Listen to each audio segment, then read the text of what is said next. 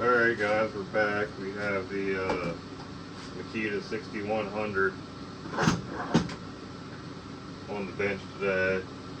I've already timed the saw.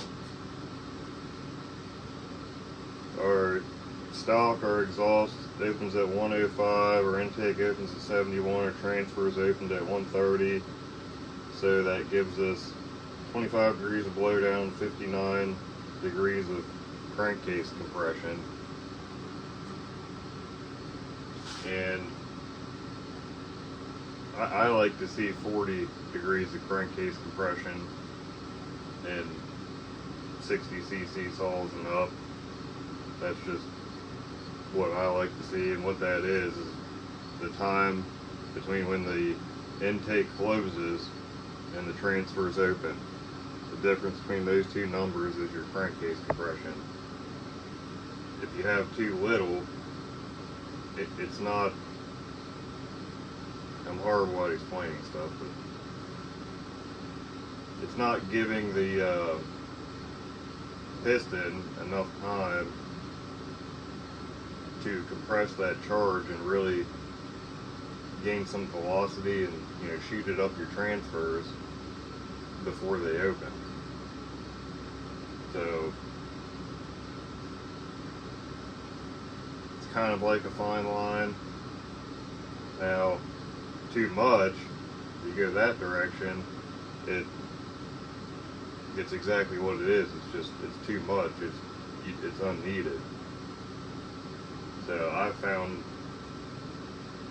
I would say like 38, between 38 and 45 to work pretty good in most saws.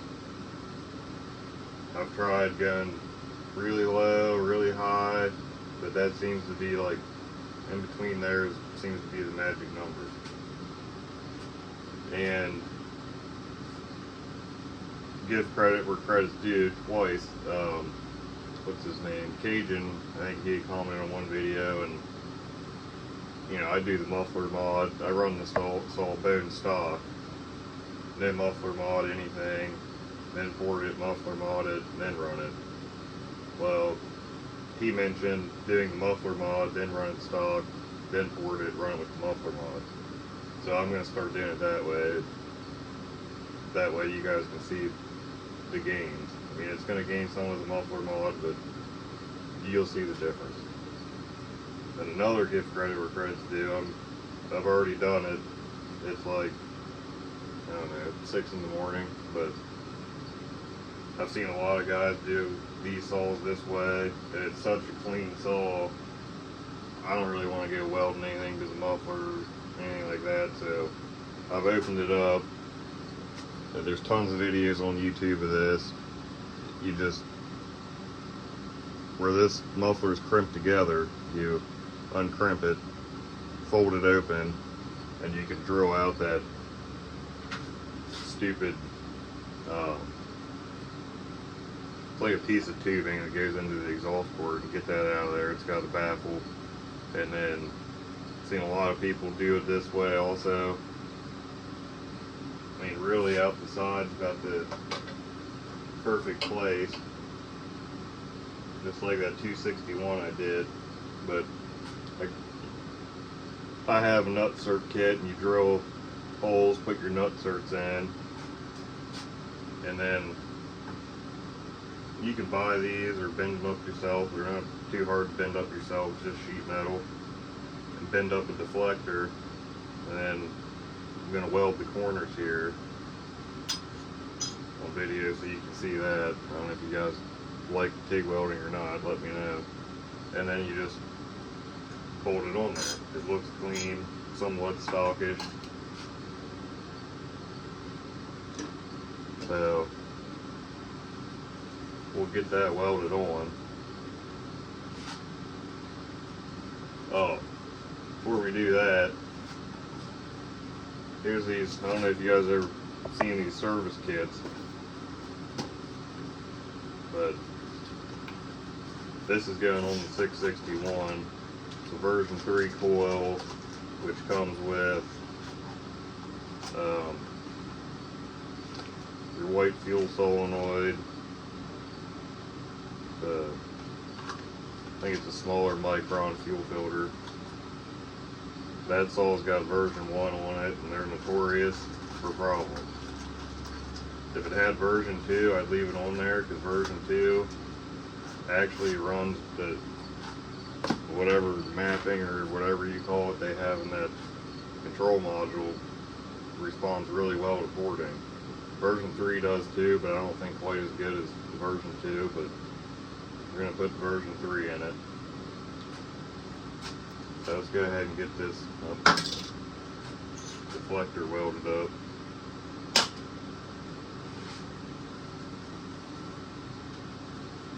Get it back on there. And then when the sun comes up, we'll run it with some wood stock.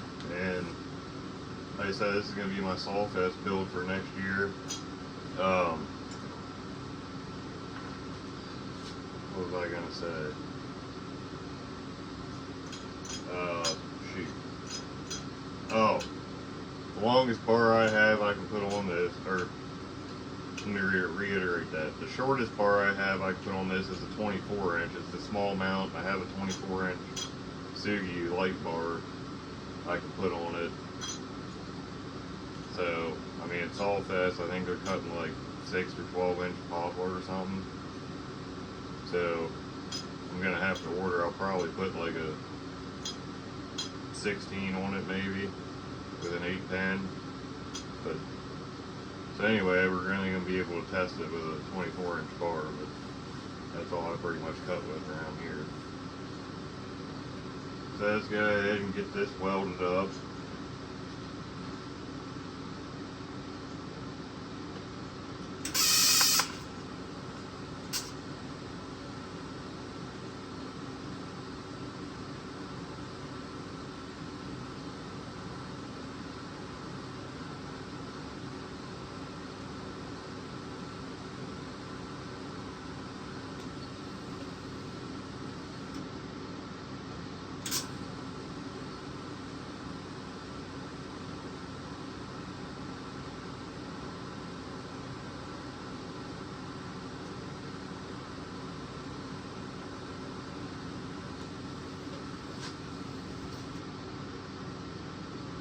Probably don't really need to weld it, but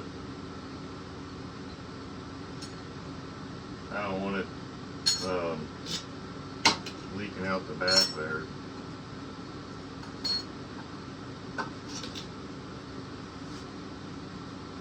So we'll go ahead. I'll probably paint that black or something and put it on there. That'd look neat. So we'll let it cool down. I might sand the back of them down a little bit. Paint it, put it on there, but might get to porting this weekend. I'm not sure, but we'll probably definitely run both saws stock. I'm gonna do the muffler model in the 661 also and run that. I don't know if I should just run it with the version 1 to compare it to the version 3 or not. We'll see, but we'll do a muffler model on it first and run it like that, and then we'll do a porting comparison. And I'm gonna do a muffler mod like I do my other larger still saws. I don't know if you guys can see that. Let me look at the camera here. That's on my 460.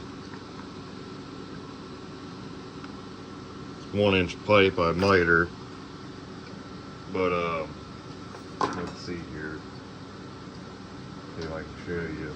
Those bark boxes are alright, but what happens is that bark box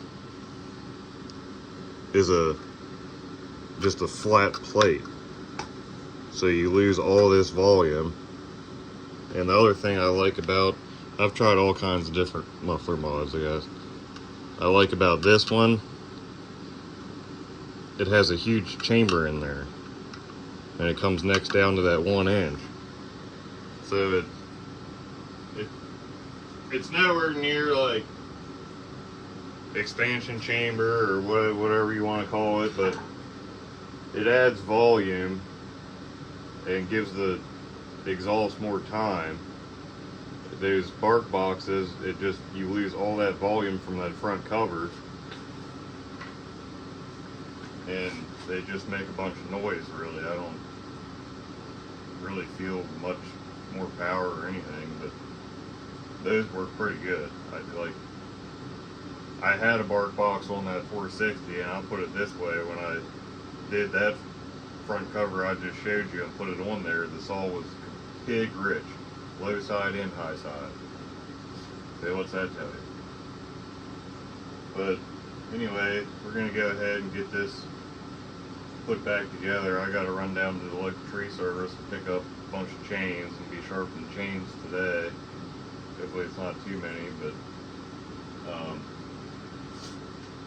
and we might get to porting this thing, but we'll definitely run both stock muffler modded, like I said. But thanks for watching, guys.